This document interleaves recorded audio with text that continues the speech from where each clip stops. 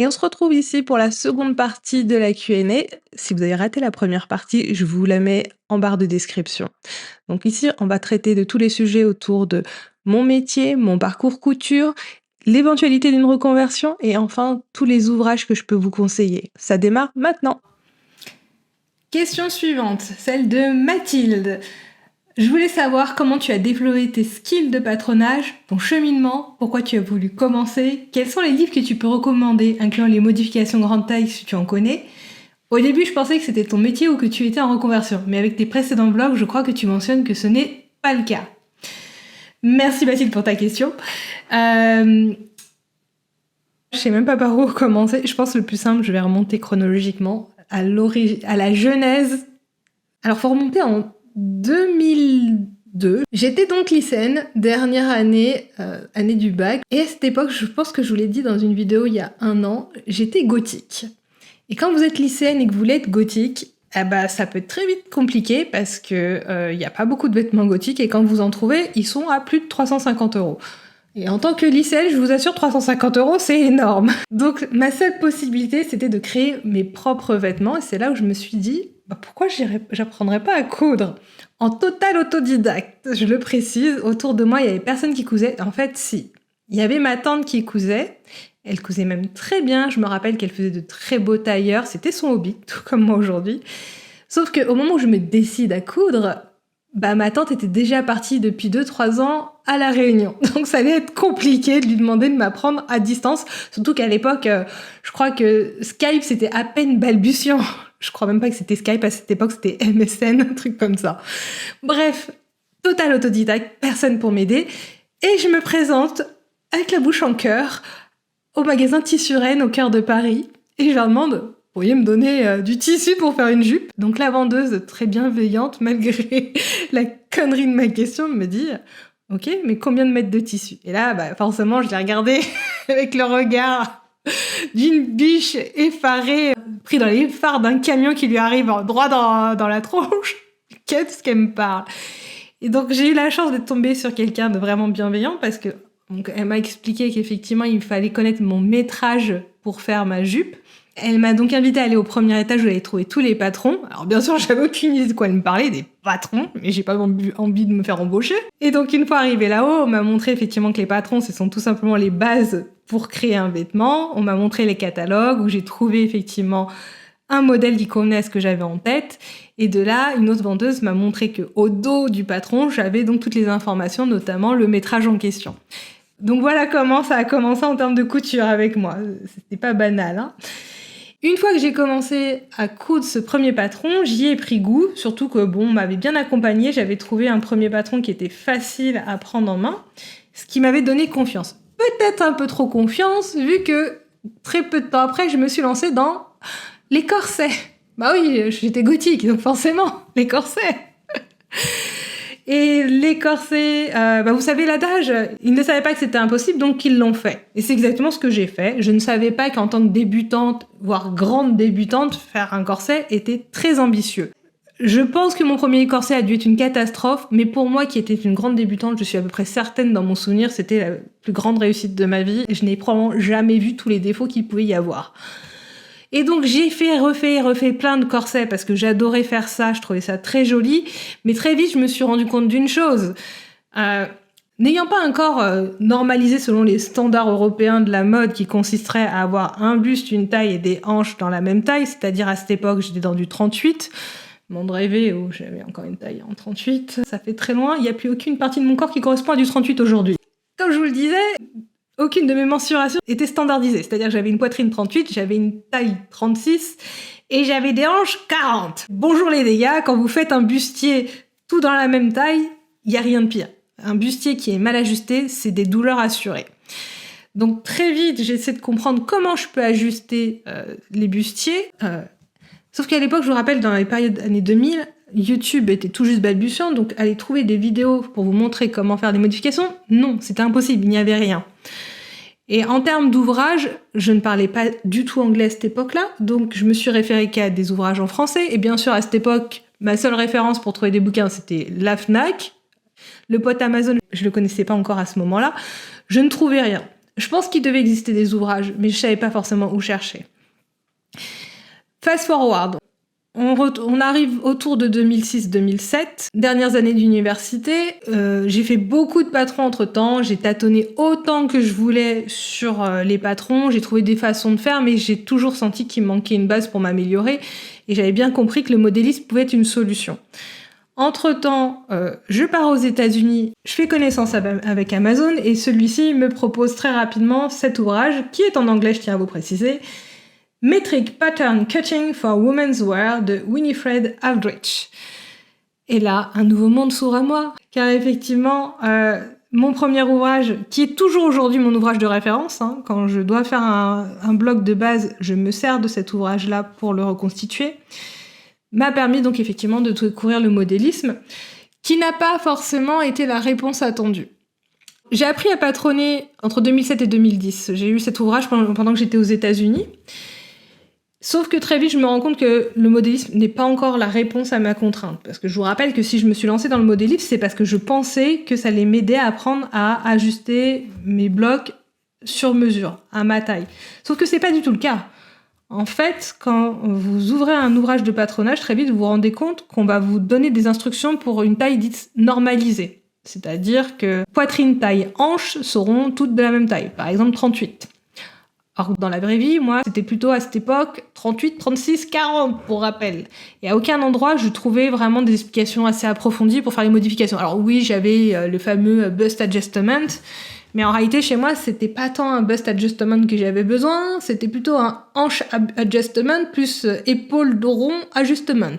Et ça, nulle part j'avais l'information. En fait, j'avais même pas conscience de ma morphologie. À cette époque-là, on vous parlait pas de regardez comment est votre corps, mettez-vous face au miroir, regardez comment vous positionnez, etc. Bla bla bla. Non, tout ça en fait, je l'ai découvert il y a que 4 ans. Alors là, vous allez vous dire, attends Alexandra, depuis 2010 jusqu'à 2020, tu savais pas ajuster, mais qu'est-ce que t'as fait entre-temps ? Bon, déjà, première chose, j'ai rien foutu tout simplement, parce qu'en fait, il y avait un gros gap. J'ai pas cousu de 2013 jusqu'à environ 2020. C'est-à-dire qu'il y a un gap de 7 ans où j'ai plus du tout cousu. Alors vous inquiétez pas, je me suis pas tourné les pouces, hein. Non, entre-temps, j'ai bâti ma carrière et surtout, je faisais beaucoup de bricolage. C'est ça le sujet chez moi. Je remplace un hobby par un autre. C'est aussi simple que ça. Donc voilà, vous avez toutes les informations sur mon parcours. Et donc pour finir sur la question de l'ajustement, je l'ai découvert donc à la pandémie, quand je suis retournée refaire de la couture. Et j'ai découvert qu'il y a eu une explosion de vidéos YouTube entre-temps, sur mon gap de 7 ans, qui a complètement compensé toutes les lacunes que j'avais. Et donc là, j'ai finalement retrouvé toutes ces fameuses vidéos, ces youtubeurs dont je vous parle, où ils nous présentent les ajustements, etc. J'ai découvert la méthode Palman Fisher, etc. Bref, j'ai complété mes connaissances à ce moment-là. Donc maintenant que j'ai répondu à la question de comment j'ai développé mes skills de patronage, donc essentiellement en autodidacte, quels sont les livres que tu peux recommander ? Donc je viens de vous évoquer ce premier ouvrage qui m'a servi pour le patronage, qui est Metric Pattern Cutting for Women's Wear de Winifred Aldrich, ma référence encore à ce jour. Son avantage, c'est que bien qu'il est en anglais, il est dans le système métrique. C'est vraiment pratique pour moi parce que ça veut dire que je peux utiliser mon mètre ruban en centimètres sans problème. Ce qui n'est pas le cas avec le suivant. Pourtant, malheureusement, le suivant est une bible, en tout cas pour les Américains. Il s'appelle Pattern Making for Fashion Design de Helen Joseph Armstrong. Il a de nombreuses éditions parce que, comme je vous le dis, c'est la bible des patronnières américaines. Pour vous donner une estimation, dans le précédent ouvrage, il y a 200 pages où on vous montre des cas d'usage, on va dire, standards, assez basiques. Dans celui que je tiens entre les mains, il y a plus de 1000 pages. Et en termes de cas d'usage, je peux vous dire, il y a de quoi faire. Franchement, j'ai l'impression qu'Hélène a à peu près traité tous les cas d'usage possibles et envisageables dans son ouvrage. C'est une bible, hein. Et en plus, il est réédité très régulièrement pour être complété avec des nouveaux cas d'usage, pour remettre à jour certains anciens qui peuvent être devenus obsolètes. Je vous le conseille. Même si vous maîtrisez pas l'anglais, il y a suffisamment d'illustrations pour vous donner une estimation de comment mener à bien les actions. Et vous pouvez les acheter en seconde main. Moi, le mien, je l'ai acheté en seconde main sur Amazon. Ça m'a coûté quand même une blinde. C'est un ouvrage qui est assez cher. Mais c'est une référence. Il est en inch. C'est embêtant, effectivement. Moi, ce que j'ai fait, c'est que j'ai investi dans 2 rubans. Il y en a un qui est en inch et un qui est en centimètres. Et puis, j'ai aussi un peu appris par cœur avec le temps. Alors, en même temps, c'est parce que j'ai beaucoup d'ouvrages en anglais. Donc, j'ai appris à convertir automatiquement dans ma tête les inches, en fait, en centimètres. Donc, ça aussi, ça peut aider. Faites-vous comme référence un inch égale 2,54 cm. Et faites la même chose sur tous les gradients. Donc, que ce soit un demi-inch, etc. Apprenez-les par cœur et vous allez voir, ça passe comme une lettre à la poste, vous retenez par cœur très rapidement. Quel autre ouvrage je peux vous conseiller en termes de patronage? Ah bah oui, je vais vous conseiller le dernier que j'ai acheté, les derniers plutôt. Celui-ci s'appelle Modélisme et couture, maîtriser la coupe à plat de Patrick Genevet. Il y a 2 volumes. Le premier, c'est maîtriser les bases du patron de la coupe à plat et de l'assemblage. C'est des choses assez standards. Tandis que dans le volume 2, il va rentrer plus dans les détails. Vous allez avoir plus d'options, par exemple sur les manches, sur les cols, etc. Donc il met plus de cas d'usage. Ça n'est pas équivalent pour autant à la version de Helen Joseph Armstrong, le Pattern Making for Fashion Design, que je vous disais être la Bible, parce que je trouve que dans le volume 2, il y a beaucoup de redondance par rapport au volume 1. On retrouve des informations qui étaient déjà là dans le volume 1. Donc du coup, il est moins impactant à mon sens. J'ai pas d'autres livres de patronage à vous recommander parce que j'ai pas eu l'occasion de les tester. Je sais qu'il y en a un de Teresa Jianska qui est très connu, mais je l'ai pas testé donc je peux pas vous faire de feedback dessus. Mais comme c'est une référence qui ressort souvent, j'ai l'impression que c'est quand même quelque chose qui doit être de qualité.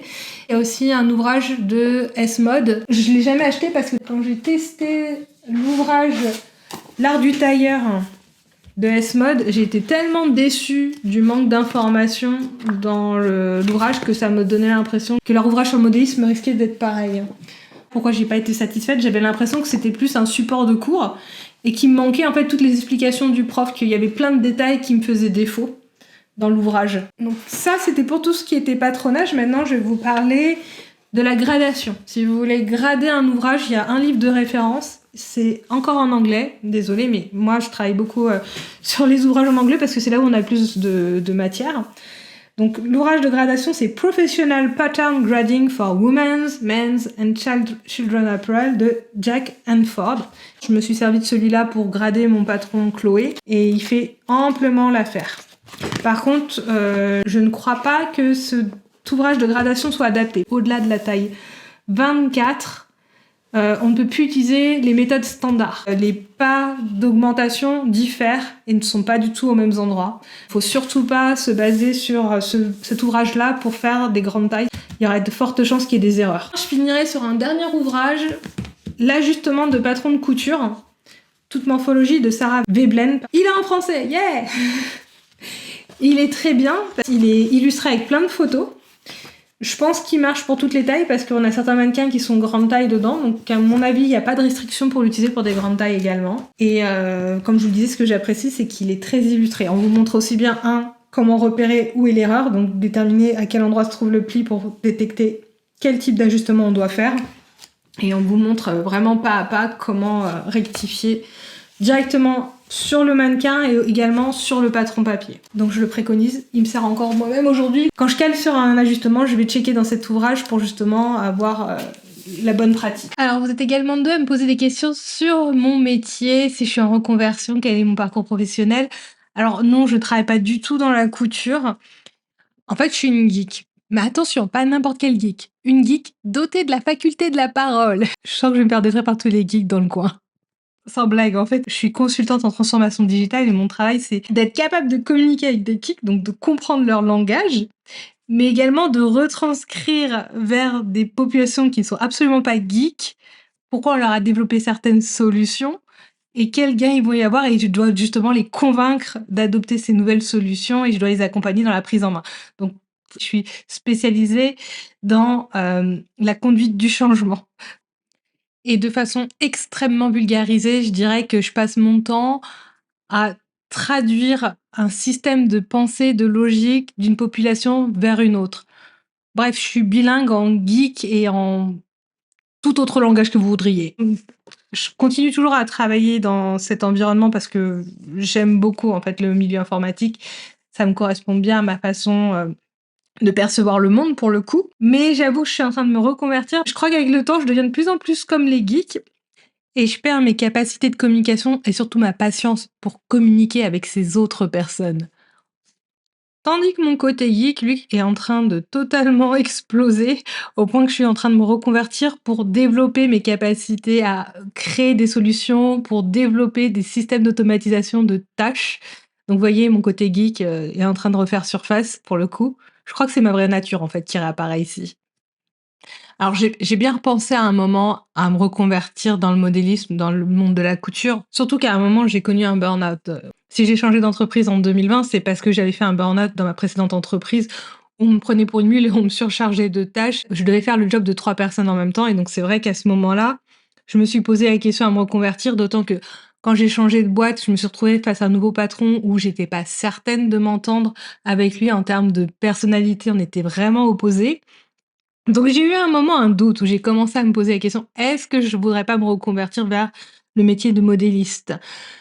Sauf que il y a 3 ans, j'ai créé un patron que j'ai essayé de commercialiser et en fait, passer par ces étapes-là, c'est-à-dire créer le patron, ensuite devoir le grader, créer les instructions, créer une vidéo de saut à langue, le marketer, faire le photoshooting, créer un site web, créer une boutique, créer le statut d'auto-entrepreneur et devoir faire toute l'administration, m'a sérieusement refroidi. Ça a été un processus long et très stressant, notamment toute la partie SAV, devoir gérer un potentiel conflit pour moi, c'est quelque chose qui était vraiment compliqué parce que je suis une personnalité évitante. J'évite tous les conflits quand je le peux et donc devoir me retrouver à potentiellement gérer des insatisfactions, ça a été le truc de trop. Le modélisme, ça devait rester mon hobby si je voulais pouvoir en profiter pleinement. J'ai le bénéfice d'avoir un métier qui, un, me plaît, qui n'est absolument pas routinier, correspond à ma personnalité, qui me paie correctement pour pouvoir justement à la fois en vivre et pouvoir, subvenir à mon hobby sans limite. C'est pas tous les métiers qui le permettent et surtout malgré que je m'entendais pas forcément bien au début avec mon boss, aujourd'hui je m'entends très bien avec lui et il respecte mon temps de travail, il me charge pas la mule, donc ce qui me permet justement d'avoir le temps de créer ces vidéos. Tout ça font qu'aujourd'hui, j'apprécie pleinement d'avoir ce temps libre et de pouvoir faire des vidéos, faire des projets sans contrainte de financement ou autre. Parce qu'il faut bien comprendre, à partir du moment où vous en faites votre métier, vous avez une charge mentale sur l'aspect financier.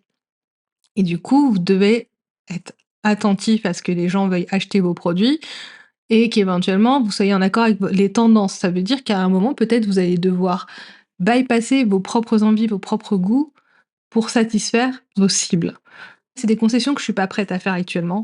J'ai beaucoup trop de plaisir justement à faire des choses qui me plaisent et surtout de savoir que la communauté qui me suit, a priori, on est sur la même longueur d'onde. Si vous me suivez, c'est qu'on aime les mêmes choses et donc il y a rien de plus agréable de se dire que on est une vraie communauté. Une autre question de Myriam: combien de temps je passe à coudre? C'est une question qui est très difficile pour moi de répondre. Déjà pour une première chose, mon temps de couture est un mélange entre temps de couture et temps de tournage. Faut pas oublier que je filme pratiquement tous mes projets couture et je multiplie forcément par 3 ce temps de couture parce que dès lors où vous commencez à jouer avec les caméras, les angles de vue, tout ça, c'est vraiment très, très lent. Rajoutez à cela le fait que je suis moi-même une couturière lente. J'aime bien faire et défaire. J'ai aucun scrupule. En fait, faut bien comprendre que moi, ce qui compte quand je couds, c'est pas tant le produit final, mais plutôt le cheminement. J'ai beaucoup de plaisir à créer et à résoudre les contraintes. Mais une fois que le produit est fini, souvent, je vais apprécier pendant 1 ou 2 heures et après, je suis passée à autre chose. Ça n'a pas toujours été comme ça, hein. Faut savoir que les premières années de couture, c'était peut-être plus un problème d'ego, c'est vouloir me prouver que j'étais capable, donc c'était le résultat qui comptait. Je cousais beaucoup plus vite, mais avec un niveau de qualité qui était vraiment très mauvais. Je vais pas dire que mon niveau de qualité est parfait aujourd'hui, on en est loin, mais dites-vous qu'au début, c'était catastrophique. Je voulais aller au plus rapide. Une fois que vous êtes prouvé que vous êtes capable, bah, il y a un petit retournement, en tout cas pour moi c'est le cas. C'était plus le résultat qui comptait, c'était plutôt l'apprentissage, maîtriser de nouvelles techniques, vouloir se prouver qu'on peut arriver à maîtriser parfaitement chaque technique. Donc il y a peut-être encore quelque chose en lien avec l'ego, mais on est plus donc dans le cheminement que réellement dans le résultat final. Et donc pour répondre à la question du temps de couture, c'est complètement aléatoire. Vous l'avez probablement dû le remarquer, c'est que j'ai aucune contrainte dans ma vie. Je peux coudre en semaine, le soir en rentrant après le boulot, entre midi et 2 quand je suis en télétravail. Je peux passer un week-end entier, me réveiller à 6 heures du matin, littéralement bondir hors de mon lit et travailler non-stop jusqu'au dimanche soir à 22 heures, sans manger au milieu. C'est tout à fait quelque chose qui m'est déjà arrivé plus d'une fois parce que quand je suis dans le flow, vous savez, ce fameux moment où vous êtes à la fois concentré, mais en même temps, c'est pas trop compliqué au point que ça vous fait exploser les neurones. Il y a un petit équilibre subtil, le temps passe seul et vous levez la tête, découvrez que vous êtes 2 jours plus tard et qu'il est l'heure d'aller se coucher et que vous avez oublié de manger, d'aller aux toilettes ou quoi que ce soit entre-temps. Donc je suis incapable de vous donner un temps, mais je peux très bien passer un week-end, à coudre pendant 20 heures d'affilée. Non, d'affilée, il y a quand même la nuit au milieu, mais je peux faire 2 fois 10 heures sans aucune contrainte. Je peux passer, à faire des soirées en semaine, 2 heures par-ci, 2 heures par-là. C'est très aléatoire. Allez, je vais quand même vous donner une estimation juste pour pas vous laisser dans la frustration. Quand je suis dans une période de grosse motivation de couture, je peux facilement coudre, entre 6 et 8 heures dans la semaine. Ça peut être soit la semaine en soirée ou ce sera le week-end. Ce sera jamais les 2. Je ferai jamais, le soir en semaine plus le week-end. Ça, en général, je sais que je suis très vite fatiguée. Je le montre pas trop à la caméra, mais en fait, j'ai un taux de fatigabilité qui est proportionnel à mon niveau d'énergie, c'est-à-dire que je me lève le matin avec une énergie de dingue, mais à 15 heures, je peux très bien être totalement à plat et je vais faire une petite sieste de 20 minutes. Et vous me retrouvez, vous, à la caméra 4 heures plus tard, pétante d'énergie, mais en fait, ce que vous avez pas vu, c'est pendant 4 heures, j'étais à plat. Je pouvais plus rien faire.